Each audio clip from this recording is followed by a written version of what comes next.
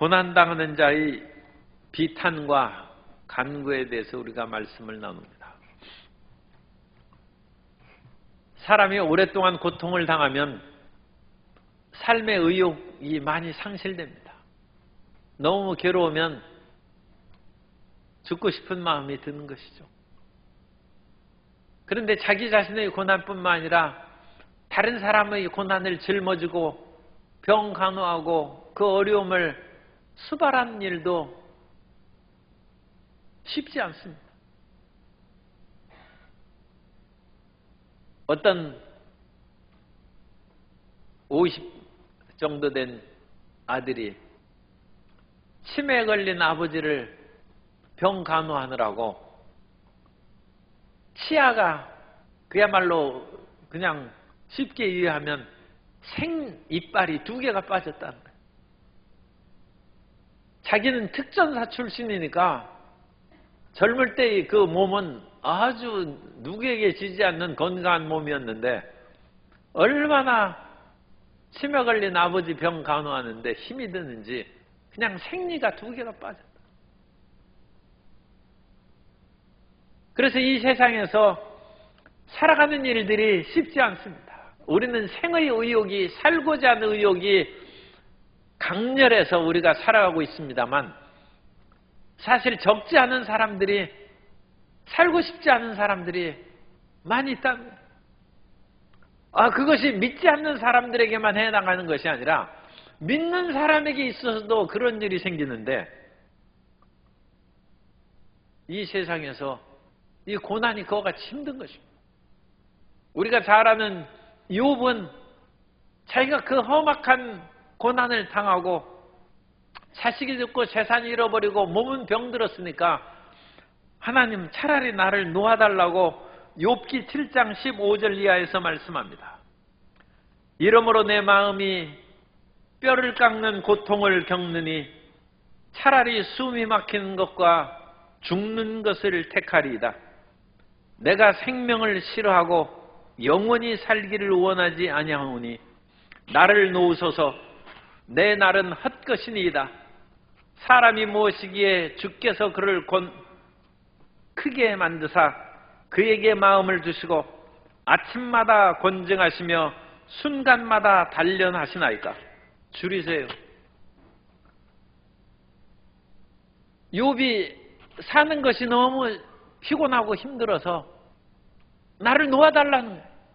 아니, 욥과 같이 순전하고 정직하며 모든 악에서 떠난 사람이 살고 싶지 않다. 고난이 무서운 것입니다. 그런데 사도 바울도 그런 얘기를 하는 것입니다. 고린도후서에서 자기가 개척한 교회의 사람들이 어찌나 자기를 괴롭히고 분파가 이루어져서 사도 바울의 마음을 아프게 하는지, 사도 바울이 고린도 교회를 방문하는 그것을 여행을 계획을 변경한 그것까지도 물고 늘어져서 사도 바울이 신실하지 않고, 사도 바울이 신실하지 않은 것은 그가 사도가 아니기 때문이다. 사도에 대한 권위를 도전하고 사도 바울이 자기 명예를 위해서 애쓰는 사람이 아닙니다. 사도 바울이 복음을 증거했는데 사도의 권위가 무너지면 고린도 교회를 세운 말씀이, 복음이 무너지기 때문에 그것을 끝까지 변호하고 옹호하고 내가 사도가 아니냐, 그 말을 몇 번을 하는 거예요. 그러면서 고린도서 5장 8절에는 우리가 담대하여 원하는 바는 차라리 몸을 떠나 주와 함께 있는 그것이라. 사도 바울이 더 이상 사역 안 하고 그냥 떠나가고 싶다. 그런데 옛날에 자녀들이 이제 많이 있죠. 오늘날이 한두 명밖에 없으니까. 자녀가 5명, 10명 되니까 자식 많은 집 바람 잘 날 없다고 그 어머니가 가끔 애들 놔두고 나 그냥 가버리고 싶다.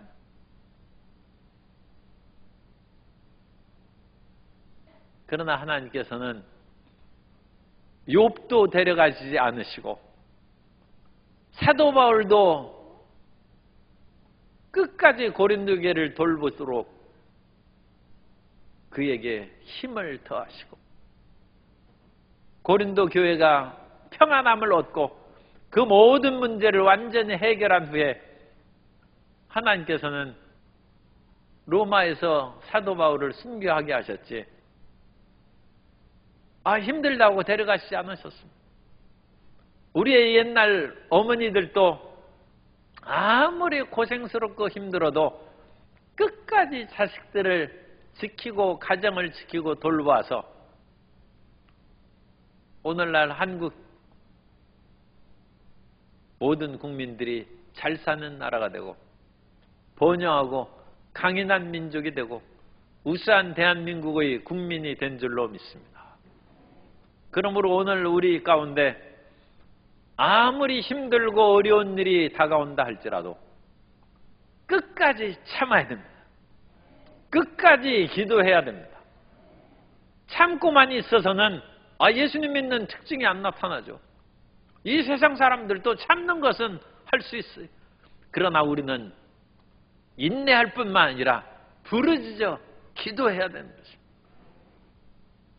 시편 22편은 고난 중에 있는 자의 기도입니다. 그리고 그 사람은 메시아 시편이라고 했죠. 그래서 예수 그리스도의 십자가의 죽으심에 대한 그런 묘사를 하고 있는데 어쨌든 죽음의 고통에 처한 자가 끝까지 자기 생명을 하나님께 맡기며 부르짖음을 그치지 않고 있습니다. 오늘 우리 가운데 질병의 문제로 계속 어떤 성도님들도 하나 병이 나오면 또 다른 병이 걸리고 검사해봐도 별 이상이 없는데 끊임없이 응급실에 왔다 갔다 하는 분들이 계세요. 그래도 끝까지 기도해야 됩니다.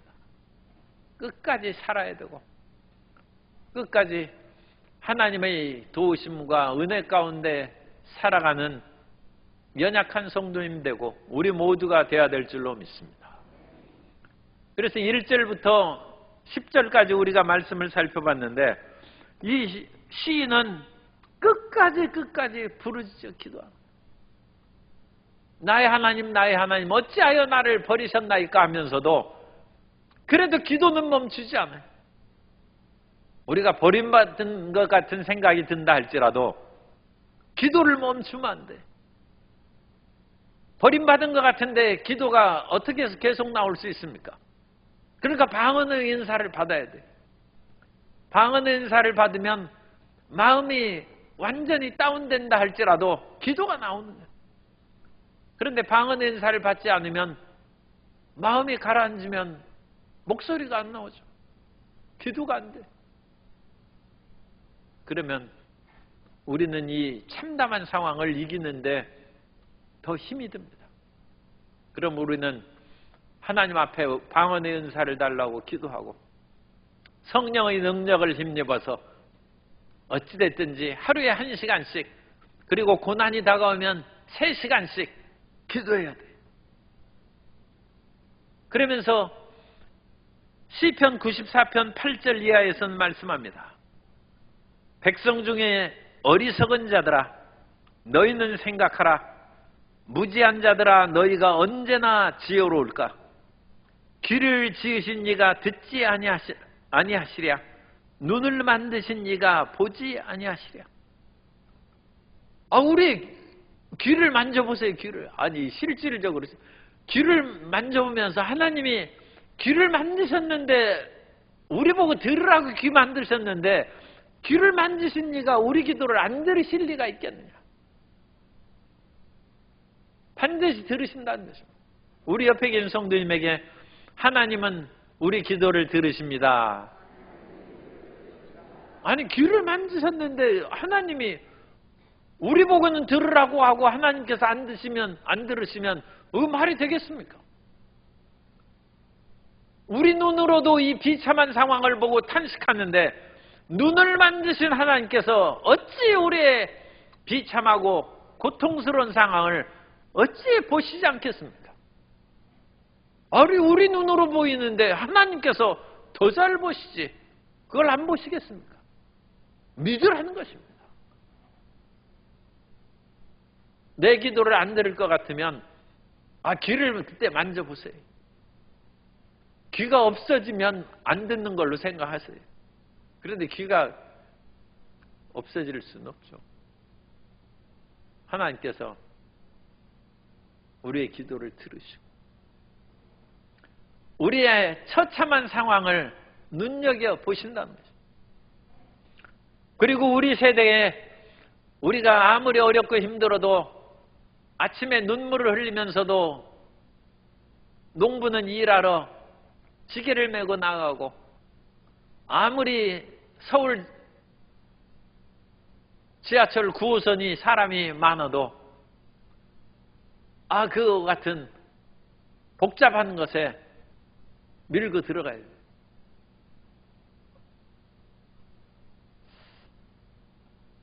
사실 자녀들이 서울에서 좀 살 필요가 있는 것은 여기에서 보니까 이런 치열한 것이 좀 덜한 것 같아요. 그래가지고 좋은 점이 많이 있어요. 차도 양보도 잘해주고 그래요. 그런데 서울에서 살다 오면 절대 양보 안 합니다. 그리고 옆에 길이 있으면 그냥 뚫고 해서 지나가. 깜빡이고 다시 옆으로 지나가. 여기 보니까 그런 것이 없어요. 그래가지고 내가 운전 습관이 이게 잘못됐구나. 그런 반성을 내가 많이 할 때가 있어요. 난 무조건 뚫고 들어가는 그런 습성을 수십 년 해가지고 광주에서 운전할 때는 점잖지가 못해. 그래가지고 제가 운전을 안 하고 다른 교역자가 운전합니다. 그런데 혼자 할 때는 치열하게 사는 것이 그냥 몸에 배었어. 주의 종도 그와 같이 살아온 치열한 삶인데 지하철 9호선 사람들이 해서 터져 나와도 거기 뚫고 들어갑니다. 그거 늦으면 안 돼. 그런데 우리가 이와 같이 치열하게 사는 인생의 그와 같은 삶의 태도도 중요하지만 더 중요한 것이 있어요. 그 더 중요한 것은 신앙의 치열함을 포기하지 말라. 왜냐하면 우리가 신앙을 포기해버리면 우리의 자녀들이 조상들을 의지함으로써 하나님을 경외하는 그 믿음을 얻지 못한다는 거예요.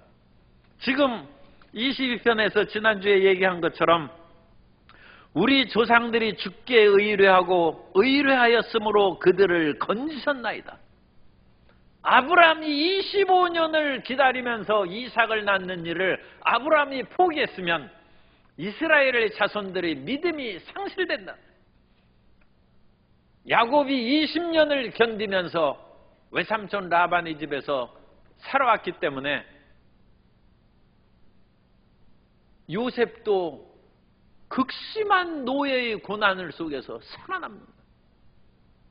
우리 조상들이 하나님을 의뢰하고 의뢰함으로 주님께서 건지셨나이다.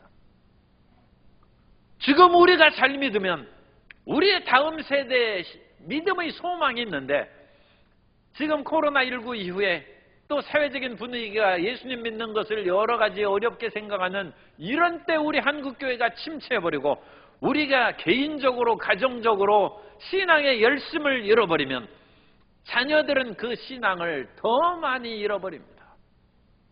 그러나 지금 이 모든 것은 우리의 자녀들이 보고 우리의 주변의 안 믿는 사람들이 지켜본다. 이때의 믿음을 가진 것이 그 사람들도 진짜라는 것을 알고 있어요. 이때 뒤로 물러가면 그래 당신들도 우리하고 다를 바가 없다. 신앙 가진 사람이 무슨 차이가 있느냐. 어려울 때는 같이 세상으로 와서 세상적인 방법대로 살아가면 믿음을 가진 그와 같은 자부심이 어디 있느냐. 오늘 우리 세대가 참으로 어려움을 겪는 그런 일도 있지만 축복이 있어야 됩니다. 이때 우리가 붙잡고 일어나기를 하나님께서 기다리시는 것입니다. 그걸 원하시는 것입니다. 그러면 우리의 자손들이 그것을 안 보는 것 같아도 다 합니다. 그래서 이 세상을 살아갈 때 자손들이 어려움을 안 겪는 법이 어디 있어요? 그래서 마지막 어려움의 극한 그런 기로에 설 때, 인생의 낭떠러지에 서 있을 때, 그때 아버지 하나님, 어머니 하나님, 그때 그 죽음의 그런 고통에서 하나님을 믿고 전진해 나가는 조상들의 믿음, 부모님의 믿음으로 신앙의 길로 나아가는 것입니다. 그때 하나님께서 구원하시고 하나님의 위대한 역사가 나타난 줄 믿으시기 바랍니다. 지금 시편 22편의 시인이 그 얘기를 하고 있는 거예요. 지금 너무 고통스럽고 힘들어서 뒤로 물러갈까 생각하는데 우리의 조상들이 주님을 의뢰하였고 의뢰함으로 주님께서 건지셨다. 그러면서 아브라함부터 출애굽의 그 모든 역사적인 일들이 주마등처럼 스쳐갔는데 나도 이길 수 있다. 그래서 이 시인은 마지막에 젖먹는 힘까지 다해서 이 고난을 이겨나갑니다. 사람은 그 과학적인 그 보도인데 원래 어떤 일을 할 때 우리의 모든 에너지의 100%를 안 쓴답니다.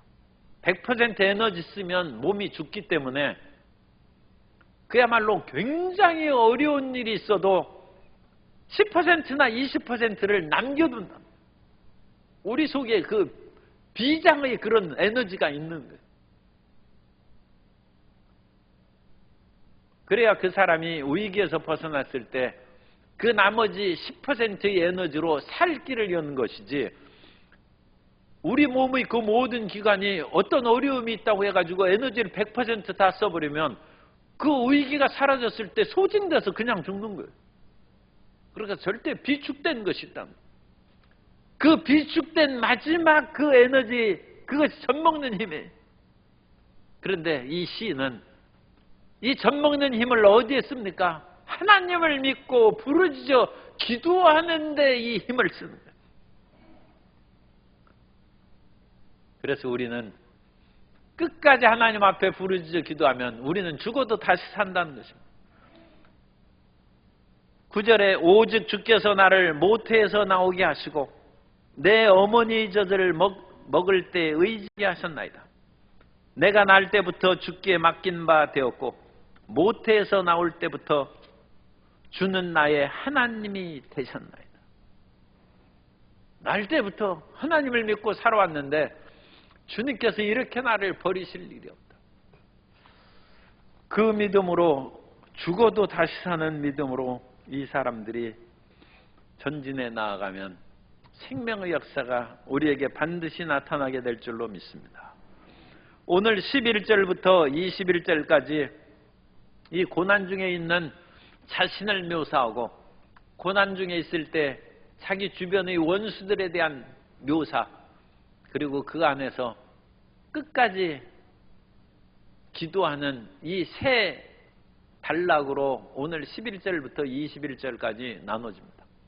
그래서 11절부터 15절까지는 이 죽음 앞에 놓인 이 시인이 다시금 부르짖어요. 그래서 젖먹던 힘까지 나와갔으니까 11절에 1절에 있는 것이 또 기도하는 거예요. 22장 1절에 내 하나님이여 내 하나님이여 어찌 나를 버리셨나이까 하는데, 그러면서 나를 멀리하여 돕지 어찌하여 나를 멀리하여 돕지 아니하시오며 내 신음소리를 듣지 아니하시나이까. 그런데 11절에 다시 얘기하지 않습니까? 나를 멀리하지 마옵소서. 환난이 가까우나 도울 자 없나이다. 나를 멀리하지 마옵소서. 1절에 있는 나를 멀리하여 돕지 아니하시나이다. 그 말씀의 유사한 반복이 11절에 나오는, 이 젖먹던 힘이 생겨난 거예요. 기도에 다시 힘을 얻는 거예요.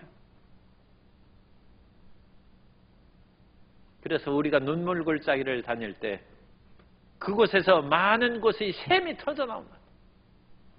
다시 기도의 새 힘을 얻고 우리의 모든 에너지를 다시금 하나님 앞에 집중하여서 더 기도하고 더 깨어있는 하나님의 자녀가 되시기를 주님 이름으로 축복합니다. 아직도 여전히 기도는 지금 어렵죠. 도울 자가 없어요. 그리고 많은 황소가 나를 애워싸며 바산의 힘센 소들이 나를 둘렀으며 내게 그 입을 벌림이 찢으며 부르짖는 사자 같으니이다. 여전히 흑암의 세력은 줄어들 기미가 보이지 않아요. 세상에서 가장 힘센 그 동물의 상징이 소입니다. 그래서 옛날 얘기 보면 시골에 사는 사람들이 옛날에 우리 조선시대에 호랑이가 많았어요. 그래가지고 일제강점기에 우리나라 호랑이를 거의 싹 멸종을 시켜버렸어요. 아주 그 나쁜 일을 한 것이 한두 개가 아닙니다.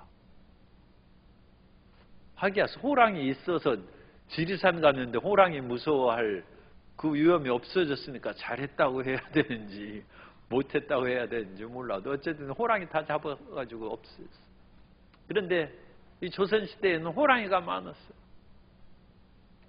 그런데 시골 이제 사람들이 산길을 걸어서 우리 그렇게 해서 다 이제 죄를 넘어서 우리가 화순 갈리로도 그 죄를 넘어서 거기가 무슨 죄입니까? 거기를 넘어가야죠. 오늘날에는 그게 길이 바뀌었다고 그러는데 그러면 호랑이가 길목에 기다리고 있는 거예요. 그래서 꼭 소를 가지고 다녀야 돼요. 그래서 광주 시장에서 물건을 팔고 이 표현을 용서하시기 바랍니다. 막걸리 한 잔을 딱 먹고 소한테도 주는 거예요. 소. 그래가지고 소도 배고픈 김에 얼큰하게 딱 해가지고 호랑이가 보면 소가 비웃는 거예요. 저 조그만 것이 하면서 호랑이가 자기가 딱 째려보는데 소가 얼지를 않아요. 오히려 소가 눈에 불을 켜고 뿔을 가지고 달려드는데 몸집은 소가 더 큽니다. 그리고 소가 힘이 천하장사예요. 소가. 그걸 주고 자기처럼 호랑이처럼 날카로운 발톱과 이가 없어서 그렇지 이 뿔을 가지고 덤비는데 호랑이가 죽기 살기 달려들면 이기겠죠. 그렇지만 자기가 소 잡아먹자고 치명상을 입으면 자기도 죽는 거예요. 이 들짐승들은 절대 자기 몸을 상하게 하면서 짐승을 안 잡아먹는다고. 왜냐하면 그것은 한 번 잡아먹고 자기도 죽는 것인데 그 바보 같은 짓을 왜 하겠어요. 그래서 소가 힘센 소를 한 마리 이제 딱 끌고 가면 정말 옛날 얘기했어요. 막걸리 먹은 소한테 못 당한다는 거예요. 그런데 이 소들이 자기를 애웠었다. 우리의 도저히 감당할 수 없는 힘센 자들이 우리를 애워싸고 있을 때에도 두려워 말고 기도하는 성도님 되시기를 주님 이름으로 축복합니다. 그래서 이 입을 벌림이 찢으며 부르짖는 사자처럼 그와 같이 소들이 하는데 그런 속에서 우리 마음은 총밀같이 녹았어요. 아니 적의 세력이 강하면 우리 마음이라도 좀 굳건하고 담대해가지고 이것을 물리쳐야 되는데 너무 고생하다 보니까 마음이 그냥 물같이 쏟아지고 기력도 하나도 없고 모든 뼈는 어그러지고 야곱이 야복강에서 하나님의 사자하고 씨름하다가 환도뼈가 우이골됐지 않습니까? 그런데 그것은 하나님이 치신 것이죠. 그러나 또 하다 보면 하나님이 왜 일부러 야곱의 다리는 부러뜨리겠어요? 그게 아니라 하나님이 힘으로 이기려면 야곱 못 이기겠습니까? 그런데 야곱이 죽자 사자로 메어달리니까 하나님이 그냥 그만두자 이제 그런 것이죠. 그런데 야곱이 죽자 사자 너무 달려들다가 환도뼈가 의굴된 거예요. 사람이 그러니까 야곱이 목숨을 걸고 그 하나님의 사자하고 씨름을. 그래서 하나님이 치신 것이죠. 치신 것이지만 하나님이 나는 일부러 그를 야곱을 나쁘게 했다. 언제부턴가 그런 생각이 들지 않고 해석이 바뀌었어. 야곱이 지나치게 붙잡고 끝까지 달려들다가 다리뼈가 탈거돼. 그것이 오늘 말씀이에요. 그래서 내 모든 뼈는 어그러졌으며 얼마나 몸부림치면서 부르짖고 그랬던지 모든 뼈가 그냥 어긋나 버렸어. 어긋나 버리고 마음은 밀랍 같아서 내 속에서 녹았으며 내 힘이 말라 질그릇 조각같이 바싹 마른 조각처럼 그같이 말라버리고 내 혀가 입천장에 붙었나이다. 주께서 또 나를 죽음의 진토 속에 두셨나이다. 자기 형편이 말도 안. 주변의 사람들은 황소처럼 강한데 자기는 한없이 연약하고 그야말로 힘이 다 없어지고 마음도 총밀처럼 녹아버려가지고 일어설 수가 없어. 그래도 기도해야 됩니다. 그래도 하나님을 의지하고 하나님을 앙망하는 믿음의 승리자 되시기를 주님 이름으로 축복합니다. 우리에게 있어서 우리는 결코 뒤로 물러가는 자가 아닙니다. 잠시 잠깐 오면 오실 리가 오시리니 지체하지 아니하시리라. 나의 의인은 오직 믿음으로 말미암아 살리라. 또한 뒤로 물러가면 내 마음이 저를 기뻐하지 아니한다고 했습니다. 우리는 뒤로 물러가 침륜에 빠진 자가 아니요 영혼을 구원하는 믿음을 가진 자라고 말씀하고 있습니다. 이 구원의 믿음을 가지고 불태전의 전진을. 이 메시아의 시편은 예수님의 기도의 자세를 우리에게 보여줄 뿐만 아니라 우리도 그와 같이 기도하라네. 우리도 뒤로 물러서지 말라네. 우리도 끝까지 전진하라는 것입니다. 그런데 16절부터 이제 18절까지 원수들에 대한 그런 묘사예요. 그 원수들에 대한 묘사는 어찌나 그 적의 세력을 16절에 개들 이 나를 에워쌌고, 이 개라는 것은 켈레브라는 그 히브리어를 쓰는데 꼭 개가 나쁜 것은 아닙니다. 이 켈레브에서 나온 그 단어가 갈렙입니다. 갈렙. 그래서 켈레브나 갈렙이나 다 근원적인 어떤 그런 그 단어에서 나온 것인데, 갈렙은 그 유명한 요수아와 갈렙에서 믿음의 사람 아닙니까? 그래서 이 갈렙은 충성된 그런 사람이고 하나님을 신실하게 섬긴 사람으로 같이 우리가 여기는데, 그 갈렙의 그 근원적인 그 어원은 켈레브, 이 개에서 나옵니다. 그런데 여기에서 이 개는 이 들개를 말하는 것 같아요. 들개. 그래가지고 이런 개들이 나를 에워쌌으며 악한 무리가 나를 둘러 내 수족을 찔렀다고 했습니다. 그러니까 이 개들은 하이에나 같은 것으로 생각하면 돼요. 하이에나. 그 노래 가사에도 하이에나를 본 적이 있느냐고 그 노래 가사가 있죠. 짐승의 썩은 것을 찾아다니며 산기슭을 헤매는 하이에나를 본 적이 있습니다. 그래가지고 저는 또 조용필을 만나면 나는 본 적이 있다 그렇게 얘기할 텐데, 아 그래 우리가 아프리카를 또 한번 가봐야 돼. 그래가지고 아프리카의 그와 같은 대초원에 가면 하이에나가 그가 다닙니다. 참 그 희한하죠. 사자도 보고 하이에나도 보고 그런 것들도 의미는 있어요. 아 그런데 그 하이에나는 어찌나 지독한지 다른 짐승 그 달리는 실력이 좀 하이에나가 부족해요. 그래가지고 이 사슴이나 영양 뭐 그런 것들을 자기들이 쫓아 달려 포유 공격하면 가끔 잡을 수는 있어도 그냥 달리기로는 좀 더 느려가지고 못 잡는 거죠. 그러니까 남이 잡아놓은 거 에워싸가지고 빼앗는 것을 익숙하게 하는 거예요. 자기도 먹고 살아야 되니까. 그래가지고 참 비열하고 어떤 면으로는 이제 그것도 못 먹으면 썩은 고기도 먹고 그러는데 꼭 그런 것은 아닙니다. 하이에나도 자기 사냥에 성공할 때가 있다고 해서 너무 하이에나를 나쁘게 평가할 수는 없습니다.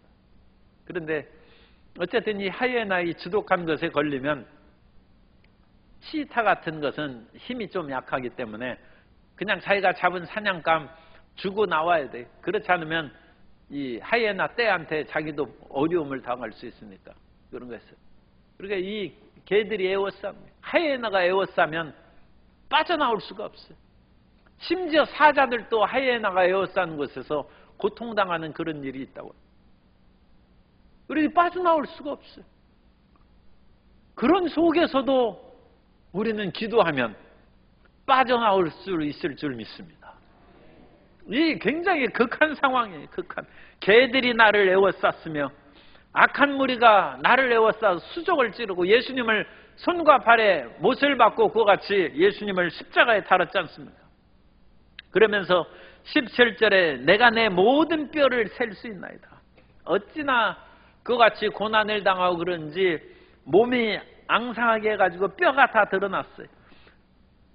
시편 22편 17절을 표준세 번역으로 읽어드립니다. 표준세 번역으로 하면 뼈마디 하나하나가 다 셀 수 있을 만큼 앙상하게 드러났으며 원수들도 나를 보고 즐거워합니다. 이 고난을 당하면 몸에 살이 쫙 빠져가지고 또 지금 이제 예수님으로 우리가 하면 예수님이 십자가에 달려가지고 매달리실 때 갈비뼈가 앙상하게 다 드러나는 것이 모든 뼈들이 다 드러나. 그래서 이 고난받는 분이 그 전부터 어찌나 고난을 당했는지 뼈 그런 것이 다 드러난 뼈만. 참 아프리카는 참 희한한 나라가 돼가지고 제가 케냐의 투르카나에 갔을 때 돼지가 갈비뼈가 보이더라고. 그래가지고 너무 충격을 받았어요. 그래가지고 염소나 돼지 그런 것들이 그 사막 지역에서 먹을 것이 없으니까 갈비뼈가 보여.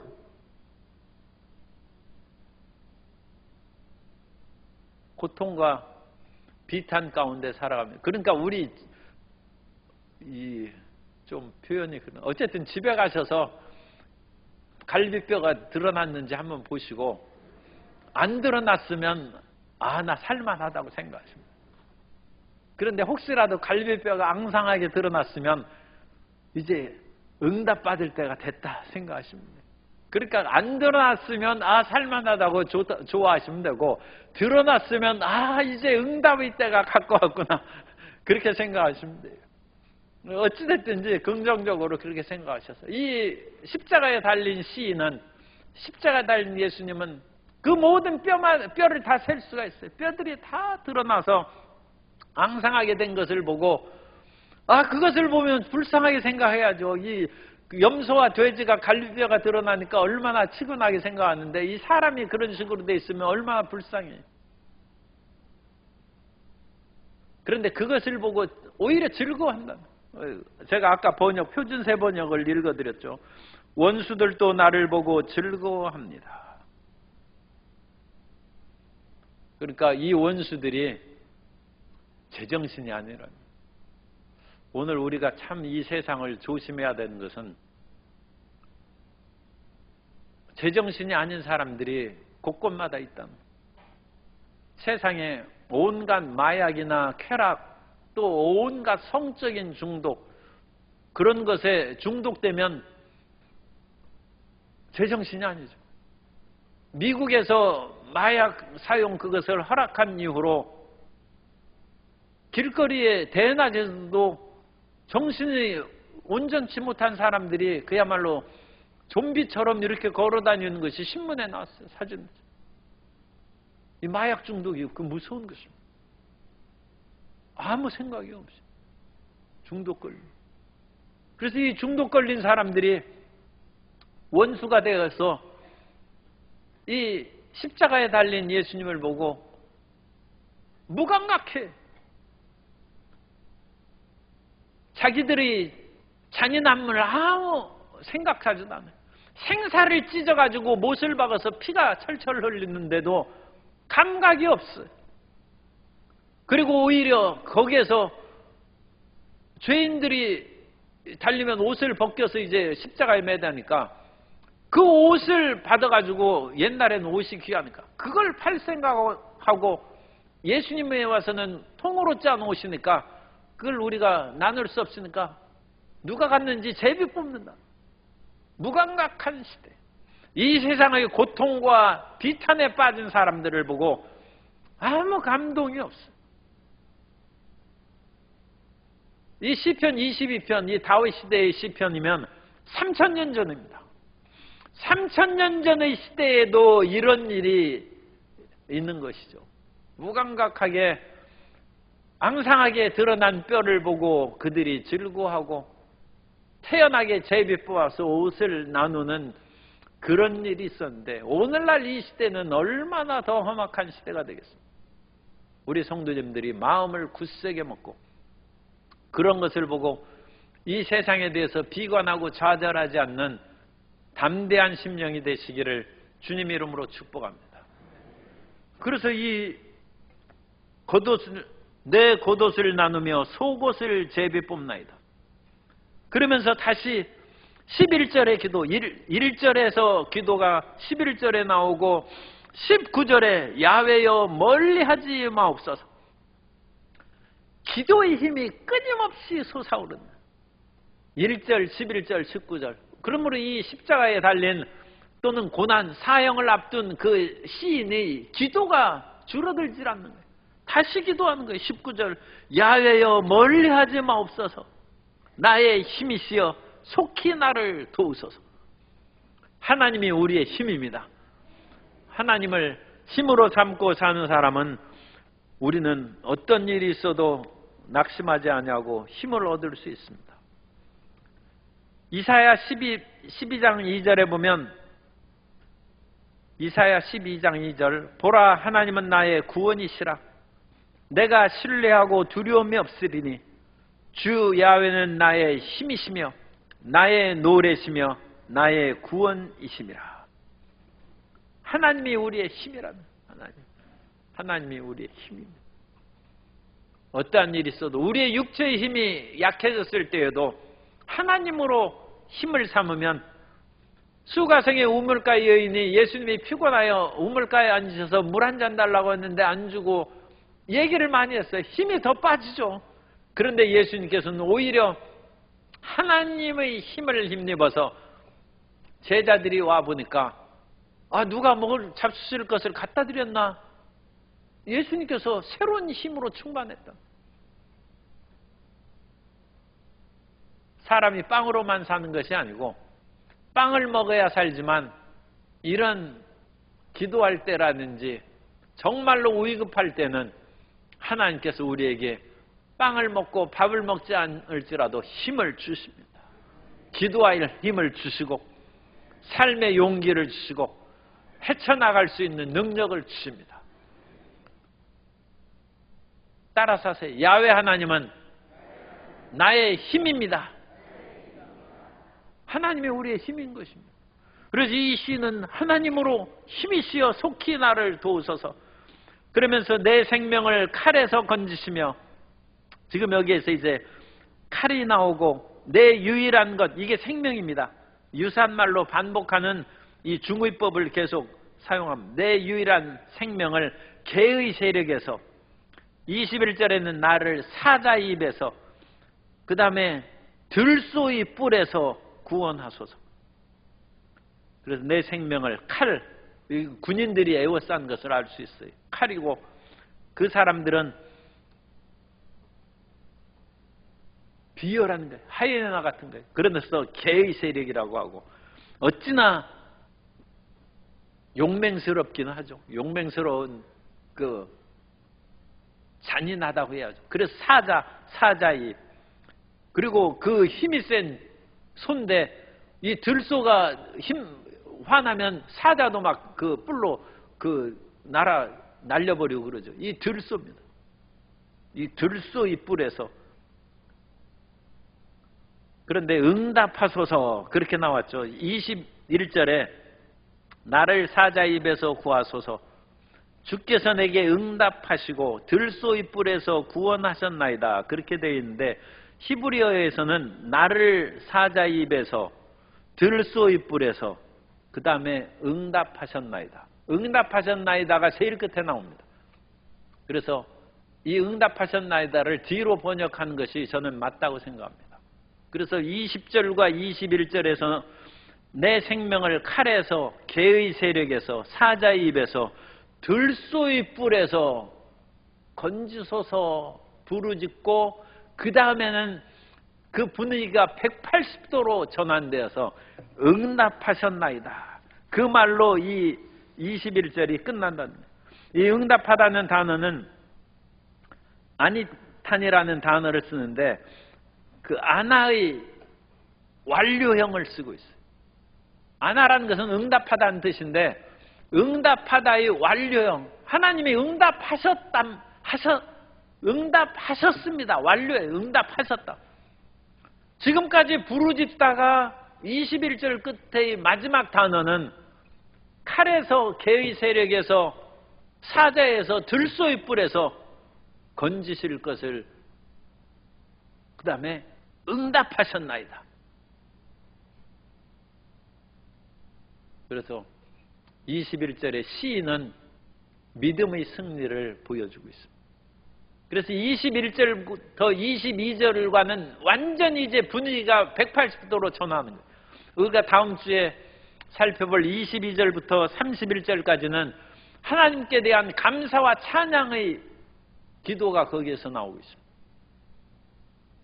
이런 극적인 전환의 순간이 하나님의 계시가 임한 때고 빛을 비춰준 때고 우리의 삶에 회복이 일어난 때입니다. 회복이 일어나는 그 때까지는 오래 기도하고 인내하고 그래야 되는데 그것을 기다리면 어느 순간에 순식간에 바뀌어요. 순식간에. 로마서 7장에서도 사도 바울이 오란한 곤고한 자로다 이 사망의 세력에서 누가 나를 건져내랴 오직 예수 그리스도로 말미암아 하나님께 감사하리로다. 이 극적인 전환입니다. 누가 나를 건져내랴 하다가 하나님께 감사한다. 우리 성도 여러분이 오늘 이 밤에 부르짖을 때 그 하나님을 만나서 극적인 대전환과 응답의 은혜를 받게 되시기를 주님 이름으로 축복합니다. 이전에 있던 모든 은혜 받은 것을 낱낱이 기억하여 기도에 힘쓰고 젖먹는 힘까지 끝까지 기도해서 나를 멀리 마소서 1절, 11절, 19절에 반복하며 계속 기도하고 기도하는 기도의 능력과 힘을 얻어서 응답받게 되시기를 주님 이름으로 축원합니다.